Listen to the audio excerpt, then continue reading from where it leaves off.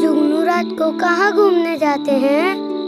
धत, ये जुगनू तो रात को अपने बच्चों के लिए खाना ढूंढने निकलते हैं।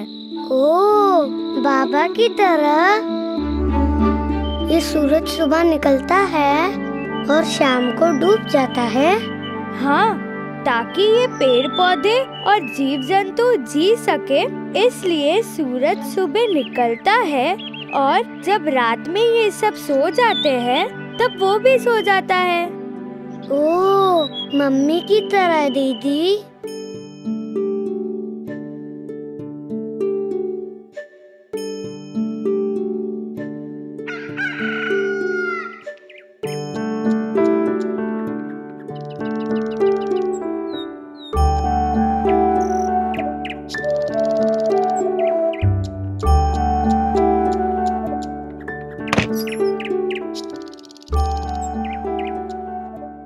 इस दुनिया में दो तरह के लोग होते हैं। पहले वो जो हमेशा सपने सोने के बाद ही देखते हैं, और दूसरे वो जिनके सपने शायद उन्हें सोने ही नहीं देते, जैसे मेरे माँ बाबा। जी हाँ, वो बिल्कुल ऐसे ही हैं। जब पूरा शहर गहरी नींद में धुंधले सपने देख रहा होता, तो मेरे बाबा रोशन आंखों से मिल में चौकीदारी करते।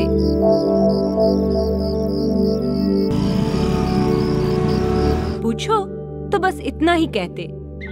अरे जरा सी तो मेहनत है, कम से कम मैं तुम दोनों को अच्छे स्कूल तो भेज पाता हूँ।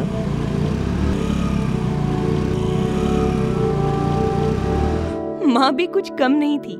हमारे घर में सुबह मुर्गे की बांग से नहीं होती थी, बल्कि उससे कई पहले माँ उठकर रसोई के पीछे वाले बगीचे में सब्जियों की देखरेख करती नजर आती थी। पूछो तो बस इतना ही कहती। अरे जरा सी मेहनत ही तो है, कम से कम हमें पौष्टिक और सेहतमंद सब्जियां तो मिलती हैं। वो दोनों ऐसे ही थे। वो हमेशा परिवार के निर्णय भी बड़ी ही समझदारी के साथ लिया करते थे।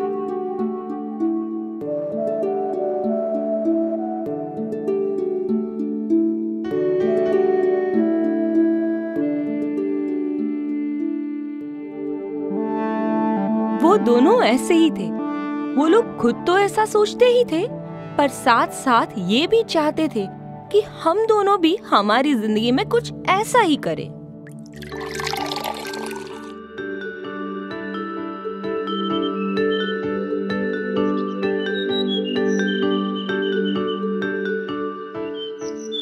बाबा हर सुबह हमें जल्दी उठाने की कोशिश करते थे।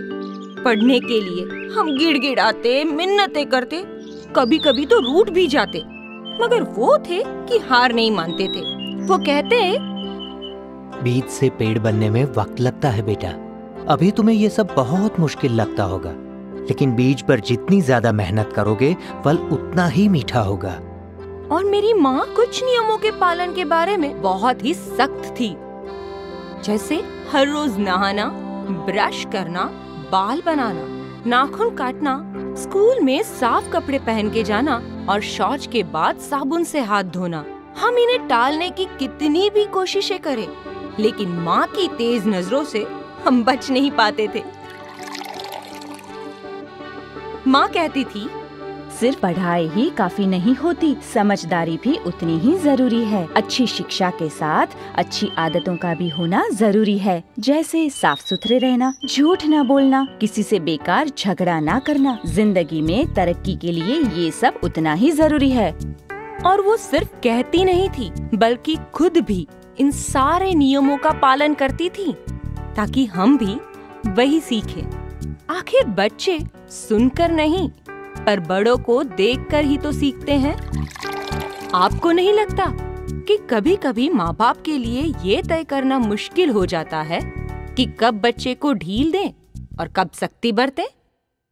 मगर मेरे माँ बाबा अलग थे। वो सख्ती और नरमी का ये संतुलन बड़ी ही आसानी से बना लेते थे।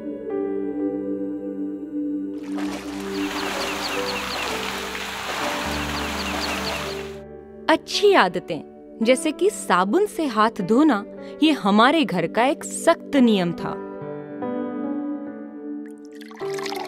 शौच के बाद या खाना खाने से पहले साबुन से हाथ धोना बेहद जरूरी था। इस बात में जरा सी भी ढील माँ को बिल्कुल पसंद नहीं थी। स्कूल का मेरा वो साल बहुत अच्छा रहा। मैंने कई अवार्ड्स भी जीते। एक स्कूल में अव्वल आने के लिए और दूसरा सबसे साफ सुथरा रहने के लिए। मैं दौड़ के घर आई माँ बाबा को ये खुशखबरी देने।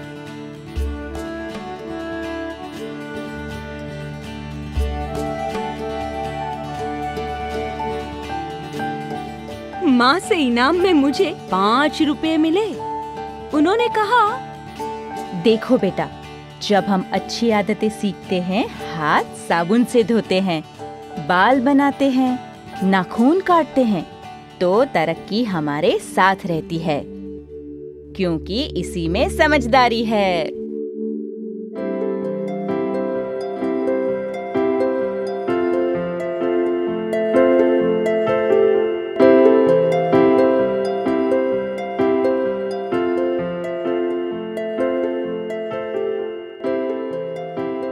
उस रात इन 5 अनमोल रुपए का मैं क्या करूंगी, ये सोचते हुए मुझे नींद ही नहीं आई। माँ बाबा हमेशा से जिस समझदारी की बात कर रहे थे, शायद उस दिन मुझे पहली बार उसका सही मतलब समझ में आया।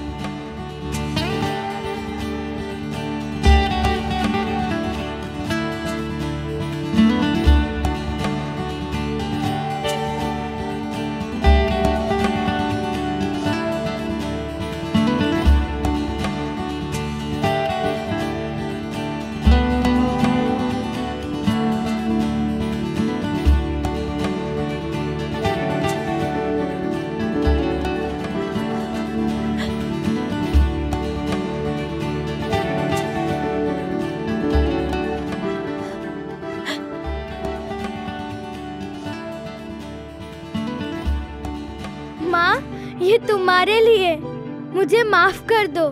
मैं कई बार साबुन से हाथ नहीं धोती थी।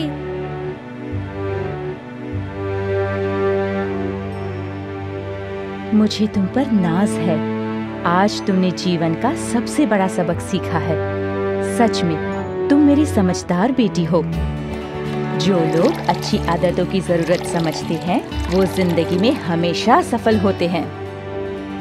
इस दुनिया में कुछ लोग ऐसे होते हैं कि जो जीवन में प्रगति और उन्नति के लिए हमेशा प्रयत्नशील रहते हैं और उसके लिए वे नई नई राह ढूंढते ही रहते हैं। मुझे गर्व है कि मेरे माँ बाबा भी ऐसे ही लोगों में से थे। वे अपने विचारों से, अपनी सोच से हमेशा आगे ही बढ़ते रहे और हमें भी वही सिखाते रहे। इसलिए ही तो वे पूरे गांव में समझदार माने जाते थे और आज उन्हीं की वजह से मैं यहाँ इस मकाम पर हूँ।